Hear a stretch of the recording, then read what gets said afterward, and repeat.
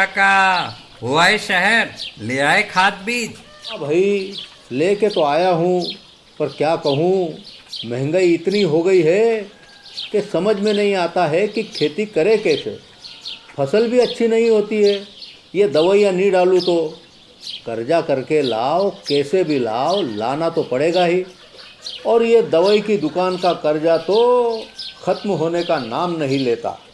लाना तो मुझे भी है, पर सब कुछ इतना महंगा है। कहाँ से लाऊं, किससे खरीदूं, किसके पास सही दामों में मिलेगा और क्वालिटी उत्पाद भी मिलेगा या नहीं। अपनी फसलों की सही दवाओं के लिए दूर दूर तक शहरों में जाना और दवाओं को लाना पड़ता है।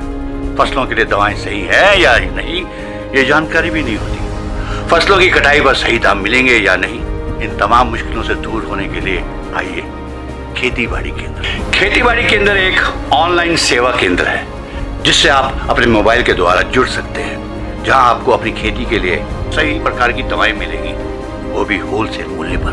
वो सभी दवाएं सीधा निर्माता से लेकर आप तक पहुंचाते हैं, यानी कि बीच में होने वाले सारे खर्च की बचत आपकी जेब में। साथ ही साथ दवाओं को लाने और ले जाने की झंझट से भी छुटकारा। अपनी मुश्किलों को दूर करने के लिए आप खेती बाड़ी केंद्र पर एक मिस कॉल करें। खेती बाड़ी केंद्र का किसान मित्र आपसे तुरंत संपर्क करेगा और आपको सभी जरूरी जानकारी देगा। खेती बाड़ी केंद्र की फ्रेंचाइजी लेकर खेती बाड़ी मित्र बनिए और किसानों की सेवा कर देश की तरक्की में भागीदार बने।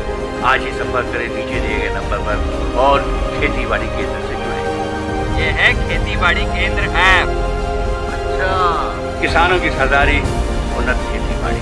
खेती बाड़ी केंद्र, देश के अन्नदाता की दुकान।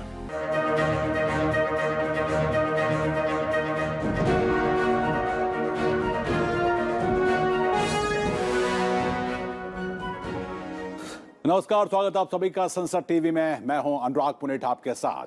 हाजिर हम दिन भर की बड़ी और अहम खबरों के साथ, लेकिन बुलेटिन की शुरुआत हमेशा की तरह हेडलाइन से। अफगानिस्तान की जमीन का कट्टरपंथ और आतंकवाद फैलाने के लिए न हो इस्तेमाल। G20 की बैठक में प्रधानमंत्री नरेंद्र मोदी का संबोधन। अंतर्राष्ट्रीय समुदाय से एकजुट होकर अफगानिस्तान की समस्या का समाधान करने की अपील।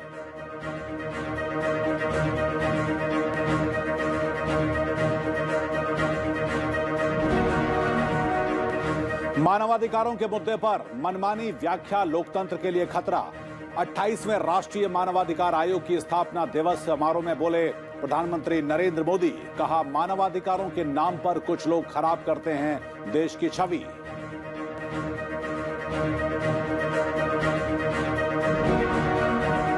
जम्मू कश्मीर में सुरक्षा बलों को बड़ी कामयाबी। शोपियां जिले में 2 अलग अलग मुठभेड़ों में 6 आतंकवादी ढेर।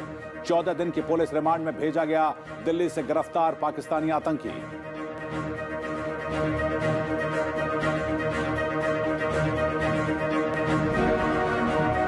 भारत बायोटेक की बच्चों के लिए कोविड टीके कोवैक्सीन को DCGI से जल्द मिल सकती है मंजूरी। सब्जेक्ट एक्सपर्ट कमेटी की ओर से टीके के इमरजेंसी इस्तेमाल की सिफारिश। कोविड टीकाकरण का आंकड़ा 96 करोड़ के पार।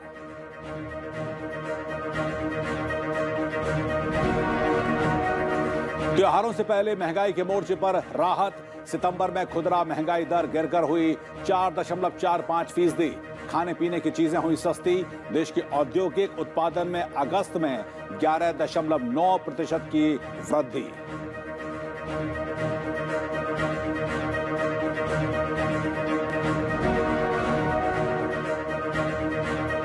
और अब खबरें विस्तार से।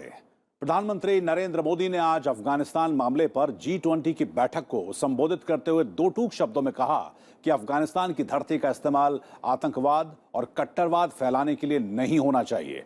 प्रधानमंत्री ने विश्व समुदाय से एकजुट होकर अफगानिस्तान की जमीन को आतंकवादियों की पाठशाला नहीं बनने देने की अपील की। प्रधानमंत्री ने अफगानिस्तान में समावेशी प्रशासन का आह्वान किया।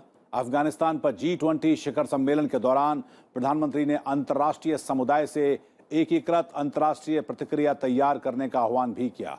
अफगानिस्तान संकट पर G20 की एक्स्ट्रा ऑर्डिनरी लीडर्स समिट को संबोधित करते हुए उन्होंने ये बातें कही। उन्हें इतावली राष्ट्रपति ने शिखर सम्मेलन में हिस्सा लेने के लिए आमंत्रित किया था। मानवाधिकार का बहुत ज्यादा हनन तब होता है जब उसको राजनीतिक चश्मे से देखा जाता है, राजनीतिक नफा नुकसान के तराजू से तोला जाता है। प्रधानमंत्री नरेंद्र मोदी ने ये बातें आज मानवाधिकार आयोग के 28वें स्थापना दिवस कार्यक्रम के मौके पर कही। उन्होंने कहा कि भारत मानवाधिकारों के प्रति हमेशा संवेदनशील रहा है। प्रधानमंत्री ने मानवाधिकारों के अपने अपने तरीके से व्याख्या करने और देश की छवि को खराब करने में मानवाधिकारों का इस्तेमाल करने के विरुद्ध सचेत भी किया। राष्ट्रीय मानवाधिकार आयोग के स्थापना दिवस समारोह को वीडियो कॉन्फ्रेंस के जरिए संबोधित करते हुए प्रधानमंत्री नरेंद्र मोदी ने कहा कि भारत मानवाधिकारों के प्रति हमेशा प्रतिबद्ध रहा है। कई मौके आए जब दुनिया भटकी, पर भारत ने हमेशा मानवाधिकारों को सर्वोपरि रखा।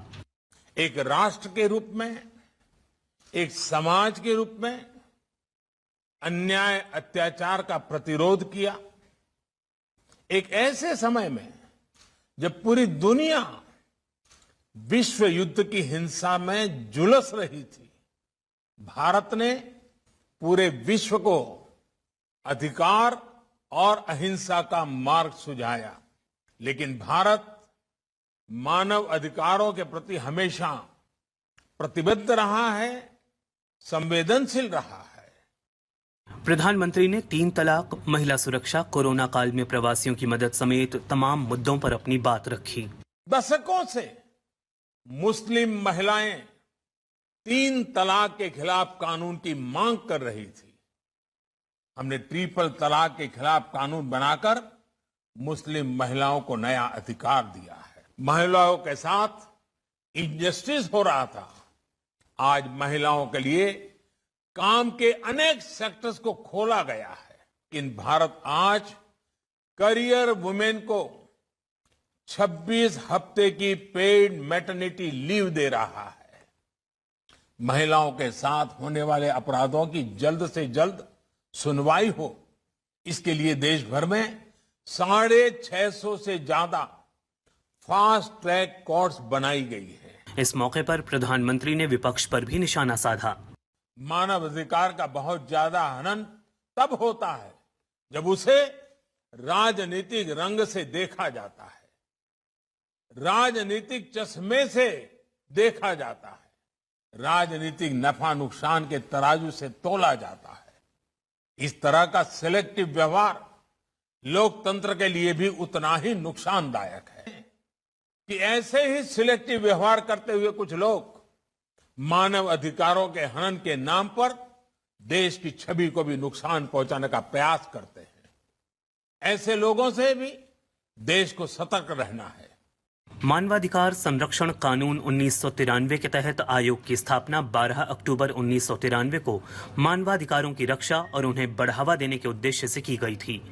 NHRC मानवाधिकारों के उल्लंघन का संज्ञान लेता है, जांच करता है और सार्वजनिक प्राधिकारों द्वारा पीड़ितों को दिए जाने के लिए मुआवजे की सिफारिश करता है। राष्ट्रीय मानवाधिकार आयोग के 28वें स्थापना दिवस समारोह को केंद्रीय गृह मंत्री अमित शाह ने भी संबोधित किया। उन्होंने कहा कि राष्ट्रीय मानव अधिकार आयोग ने पिछले 28 साल में 20 लाख से ज्यादा मामलों का निस्तारण किया है। वहीं राष्ट्रीय मानवाधिकार आयोग के अध्यक्ष सेवानिवृत्त न्यायाधीश अरुण कुमार मिश्रा ने नागरिकों को न्याय दिलाने के लिए एक दीर्घकालिक और ठोस योजना बनाने का आह्वान भी किया।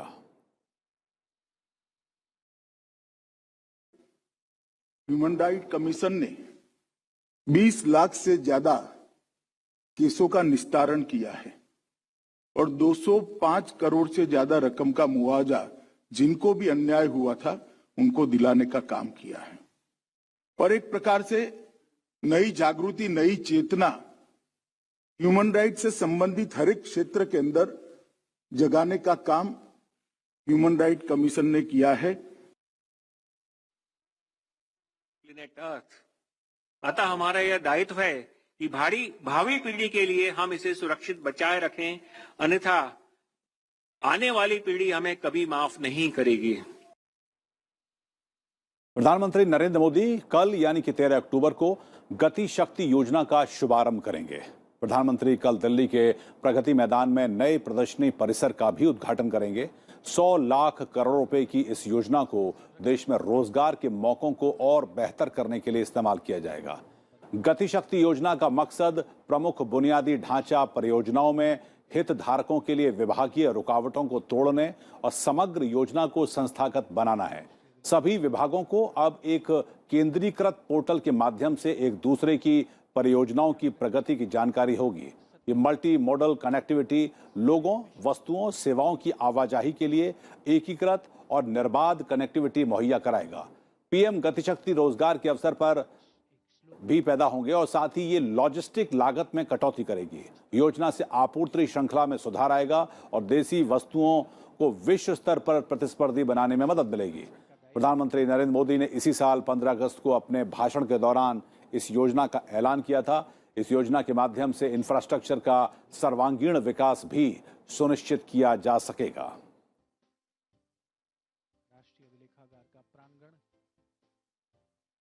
जम्मू कश्मीर में आतंकियों के खिलाफ सेना का ऑल आउट ऑपरेशन जारी है और पिछले 24 घंटे में सुरक्षा बलों ने जम्मू कश्मीर के अनंतनाग, बांदीपोरा और शोपियां में 6 आतंकवादियों को मार गिराया है। इनमें से कुछ आतंकी हाल ही में हुई आम नागरिकों की हत्या में शामिल थे। हालांकि इस ऑपरेशन के दौरान एक जेसीओ समेत सेना के 5 जवान भी शहीद हो गए। पुलिस के मुताबिक पिछले 30 घंटे में सुरक्षा बल और आतंकियों के बीच में 5 बार मुठभेड़ हो चुकी है। The joint parties have cordoned the area. We are doing the operation and we are sanguine that it shall be taken to the logical conclusion in the shortest span of time. ये एक operation है और उसको लेके एक strategy के मुताबिक ये ऑपरेशन चलाया जा रहा है।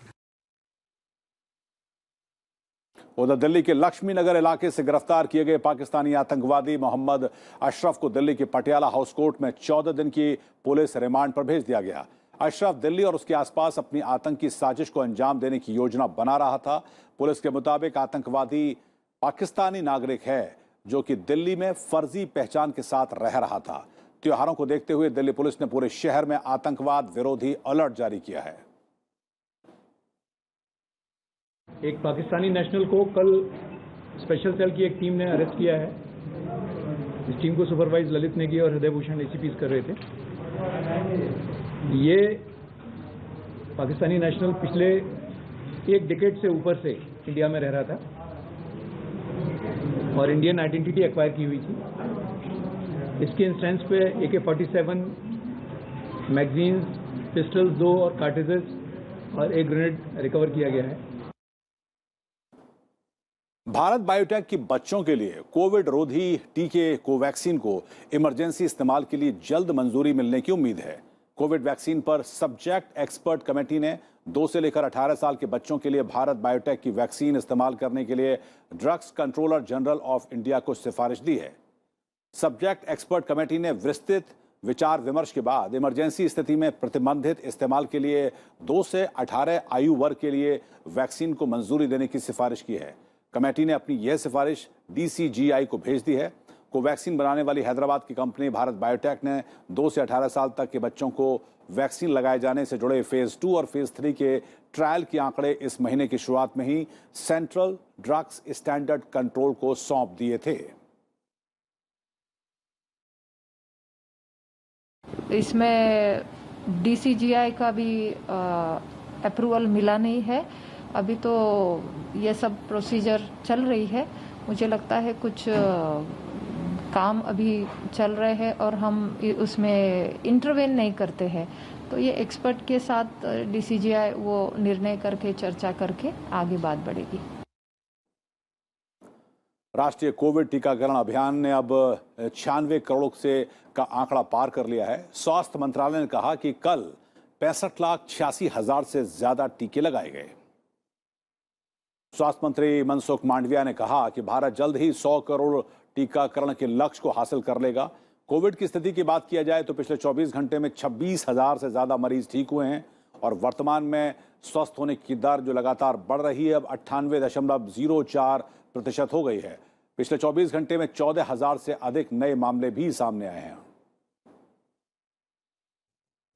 देश में 73% से अधिक लोगों को उसको टीका लग चुका है। सेकंड डोज भी तेजी से लोग लगा रहे हैं और अगले नज़दीक के दिनों में 100 करोड़ टीका देश में लग जाएंगे। केंद्र सरकार ने घरेलू विमानों पर क्षमता को लेकर लगे प्रतिबंध को हटा दिया है। 18 अक्टूबर से घरेलू विमान 100% क्षमता के साथ उड़ सकेंगे। मौजूदा समय में घरेलू विमान सिर्फ 85% क्षमता के साथ ही उड़ सकते हैं। कोरोना वायरस के संक्रमण के चलते सोशल डिस्टेंसिंग मेंटेन करने के लिए ये प्रतिबंध लगाया था।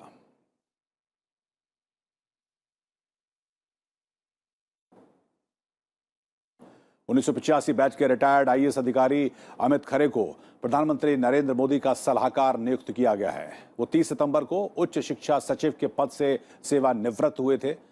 मंत्रिमंडल की नियुक्ति समिति ने खरे को प्रधानमंत्री का सलाहकार नियुक्त करने के प्रस्ताव को मंजूरी दी है। पीएमओ में उनकी संविदा नियुक्ति भारत सरकार के सचिव के रैंक और स्केल पर ही की गई है। अमित खरे 2 वर्ष तक इस पद पर रहेंगे।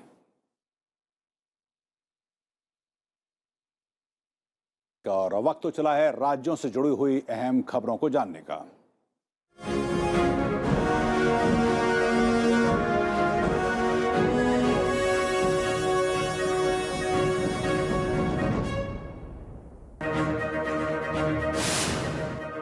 केंद्रीय मंत्री अनुराग सिंह ठाकुर ने आज नेहरू युवा केंद्र के स्वयं सेवकों के साथ दिल्ली में हुमायूं मकबरा परिसर में स्वच्छ भारत अभियान में हिस्सा लिया।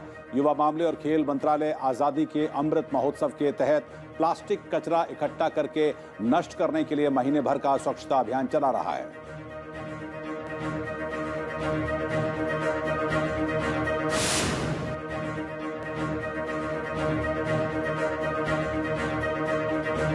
योगी सरकार ने अपने 4 साल पूरा होने के उपलक्ष्य में विकास उत्सव मनाने का फैसला किया है। इस क्रम में केंद्रीय मंत्री वीके सिंह ने गाजियाबाद के कविनगर स्थित रामलीला मैदान में विकास उत्सव प्रदर्शनी का उद्घाटन किया।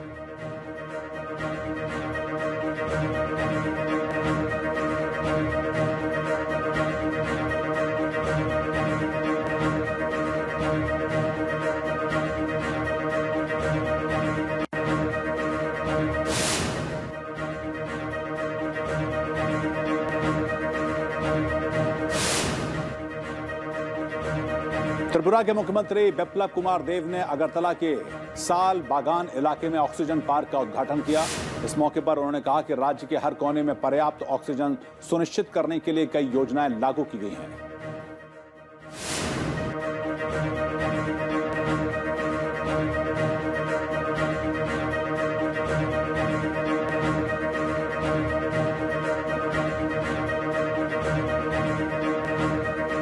कर्नाटक के मुख्यमंत्री बसवराज बोम्मई ने बेंगलुरु में बिजनेस इंटरप्रेन्योरशिप प्रोग्राम का उद्घाटन किया। इस कार्यक्रम में 10,000 से अधिक कॉलेज के छात्रों और उभरते उद्यमियों ने हिस्सा लिया। इसके जरिए युवाओं के बीच में उद्यमशीलता की भावना को प्रोत्साहित किया गया।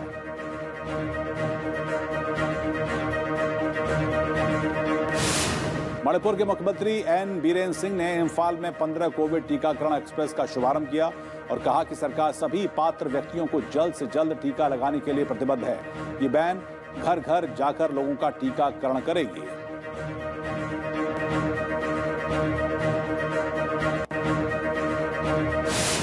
समाजवादी पार्टी के नेता अखिलेश यादव ने विधानसभा चुनाव के लिए चुनाव प्रचार का आगाज कर दिया है। आज उन्होंने कानपुर में गंगा किनारे से विजय रथ यात्रा की शुरुआत की। 5 साल के बच्चे खजांची ने विजय रथ को हरी झंडी दिखाई।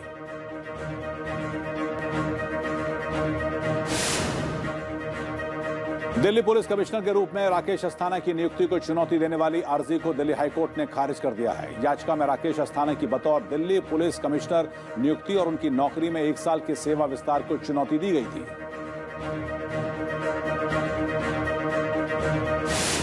उत्तर प्रदेश के कानपुर में मेट्रो के अंडरग्राउंड ट्रैक का निर्माण शुरू हो गया है। Uttar Pradesh metro rail corporation के प्रबंध निदेशक कुमार केशव ने नवीन मार्केट में इसका शुभारंभ किया। इसके साथ ही चुन्नीगंज, नवीन मार्केट, बड़ा चौराहा और नयागंज स्टेशन के पूरे रूट पर काम शुरू हो गया है।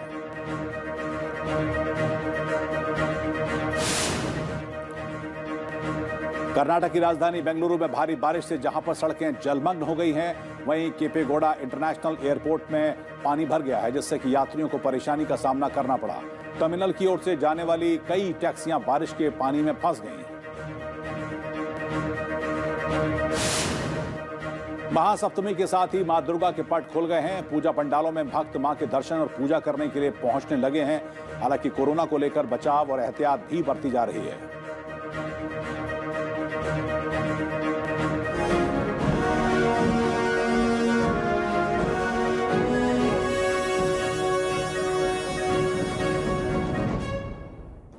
त्योहार के मौसम पर महंगाई के मोर्चे पर एक राहत भरी खबर आई है। खाद्य कीमतों में कमी के कारण खुदरा महंगाई सितंबर में घटकर 4.35% पर आ गई।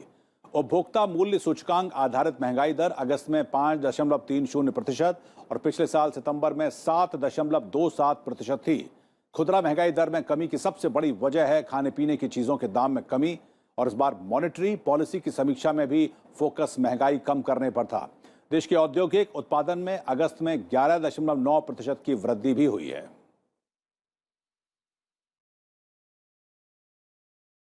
कोयला मंत्री प्रहलाद जोशी ने कहा है कि ताप विद्युत संयंत्रों में कोयले के स्टॉक की कमी को जल्द पूरा कर लिया जाएगा और इससे घबराने की जरूरत नहीं है। उन्होंने कहा कि बहुत ज्यादा बारिश होने और अंतर्राष्ट्रीय बाजार में कोयले के दाम अचानक बढ़ने से कोयले की सप्लाई पर असर पड़ा है और कल 1.94 मिलियन टन कोयला सप्लाई किया गया। कोयले का स्टॉक लगातार बढ़ाया जा रहा है।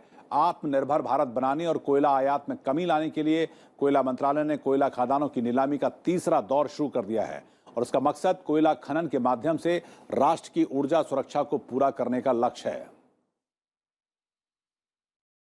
मुझे लगता है अभी जो रिक्वायरमेंट है, रिक्वायरमेंट के हिसाब से हम जब सप्लाई करते जाते हैं, मुझे पूरा विश्वास है कि अभी स्टॉक बढ़ेगा। ऐसे कोई पैनिक ऐसे स्थिति बिल्कुल नहीं है, इतना मैं कहना चाहता हूँ। और इस बीच केंद्र ने राज्यों से कहा है कि वो केंद्रीय बिजली उत्पादन संयंत्रों की गैर आवंटित बिजली का उपयोग केवल अपने उपभोक्ताओं की जरूरतों को पूरा करने के लिए करें।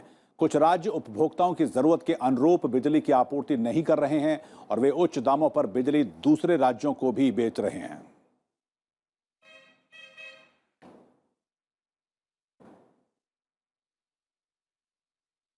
विदेश मंत्री एस जयशंकर ने कजाकिस्तान के नूर सुल्तान में एशिया में आपसी संवाद और विश्वास बहाली उपायों के बारे में गठित मंच की 6ठी मंत्री स्तरीय बैठक को संबोधित किया। विदेश मंत्री ने कहा कि वैक्सीन मैत्री भारत के वसुधैव कुटुंबकम के सिद्धांत पर आधारित है। उन्होंने कहा कि कोविड महामारी ने बहुपक्षवाद की सीमाओं को सामने ला दिया है। एस जयशंकर ने कहा कि बहुपक्षवाद में सुधार की प्रबल आवश्यकता है। उन्होंने यह भी कहा कि अंतर्राष्ट्रीय संबंधों के सबसे बुनियादी सिद्धांत के मुताबिक सभी की संप्रभुता और क्षेत्रीय अखंडता का सम्मान होना चाहिए। विदेश मंत्री जयशंकर ने कजाकिस्तान के नूर सुल्तान में रूसी समकक्ष सरगेई लावरोव से भी मुलाकात की और इस दौरान दोनों नेताओं के बीच में द्विपक्षीय सहयोग में प्रगति पर चर्चा हुई। दोनों नेताओं ने अफगानिस्तान और हिंद प्रशांत पर विचारों का आदान प्रदान किया। विदेश मंत्री ने conference of interaction and confidence building measures in Asia की मंत्री स्तरीय बैठक के इतर रूसी विदेश मंत्री लावरोव से मुलाकात की। विदेश मंत्री जयशंकर मध्य एशिया के अपने 3 देशों के दौरे के दूसरे चरण में कल किर्गिस्तान से कजाकिस्तान जाएंगे। उधर वित्त मंत्री निर्मला सीतारमण वर्ल्ड बैंक और IMF की वार्षिक बैठक के साथ G20 समूह के वित्त मंत्रियों और केंद्रीय बैंक गवर्नरों की बैठक में भाग लेने के लिए 1 सप्ताह के अमेरिकी दौरे पर हैं। न्यूयॉर्क पहुंचने पर वित्त मंत्री वहां से बोस्टन गईं, जहां पर अमेरिकी कंपनी बेन कैपिटल के अधिकारियों के साथ उन्होंने एक बैठक की। बेन कैपिटल के साथ वित्त मंत्री निर्मला सीतारमण ने भारत में बैंकिंग, आउटसोर्सिंग और दवा क्षेत्र में अमेरिका के साथ व्यापक भागीदारी पर चर्चा की।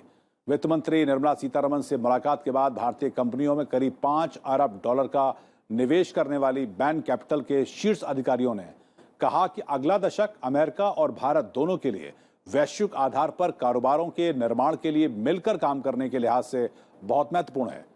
अमेरिका की आधिकारिक यात्रा के दौरान निर्मला सीतारमण के अमेरिकी ट्रेजरी सचिव जेनेट येलेन से भी मिलने की उम्मीद है।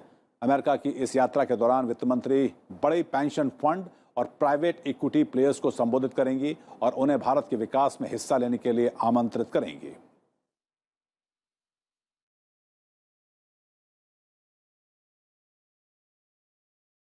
इटली के सोरांटो शहर में G20 की मंत्री स्तरीय बैठक में वाणिज्य एवं उद्योग मंत्री पीयूष गोयल दक्षिण कोरिया, ऑस्ट्रेलिया, दक्षिण अफ्रीका, अमेरिका, ब्राजील, चीन, यूरोपीय संघ के साथ अन्य देशों के उद्योग मंत्रियों के साथ द्विपक्षीय बातचीत करेंगे। आज फ्रांसीसी मंत्री प्रतिनिधि के साथ वाणिज्य और उद्योग मंत्री की विदेश व्यापार, आईटी, रक्षा और ऑटोमोबाइल जैसे क्षेत्रों में फ्रांसीसी कंपनियों द्वारा द्विपक्षीय व्यापार और निवेश को लेकर चर्चा हुई। इटली के विदेश मंत्री और ब्रिटेन के अंतर्राष्ट्रीय व्यापार विदेश मंत्री के साथ वाणिज्य एवं उद्योग मंत्री पीयूष गोयल की मुलाकात हुई और बातचीत में इन सभी देशों के साथ कारोबार बढ़ाने पर जोर दिया गया। कल पीयूष गोयल एक सत्र को भी संबोधित करेंगे। इस बैठक में पीयूष गोयल कोविड-19 टीके को कारोबार संबंधी बौद्धिक संपदा अधिकार के मामले को भी उठाएंगे।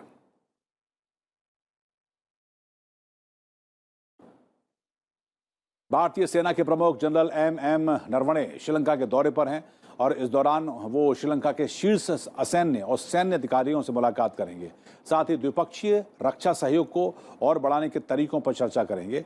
अपने श्रीलंकाई समकक्ष जनरल शावेंद्र सिल्वा के निमंत्रण पर 4 दिवसीय दौरे पर पहुंचे जनरल नरवणे का हवाई अड्डे पर श्रीलंका के शीर्ष जनरल ने गर्मजोशी के साथ स्वागत किया और अपनी यात्रा के दौरान जनरल नरवणे के श्रीलंकाई सशस्त्र बलों के कमांडर इन चीफ राष्ट्रपति गोटबाया राजपक्षे, प्रधानमंत्री महिंदा राजपक्षे से भी मिलने की उम्मीद है।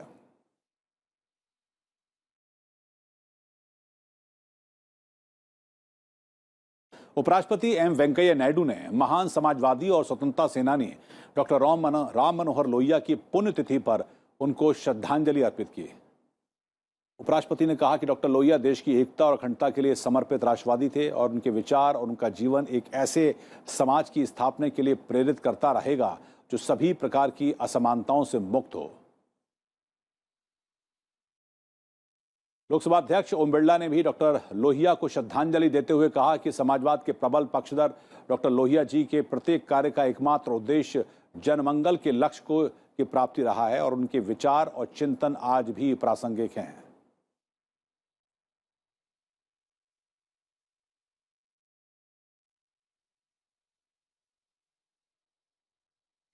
इस बुलेटिन में इतना ही, लेकिन चलते चलते आपको हम छोड़ जाते हैं अयोध्या में चल रही रामलीला के दृश्यों के साथ। हमको दीजिए अनुमति। नमस्कार। राम राम जय सीता राम राम जय राजा राम जय राम।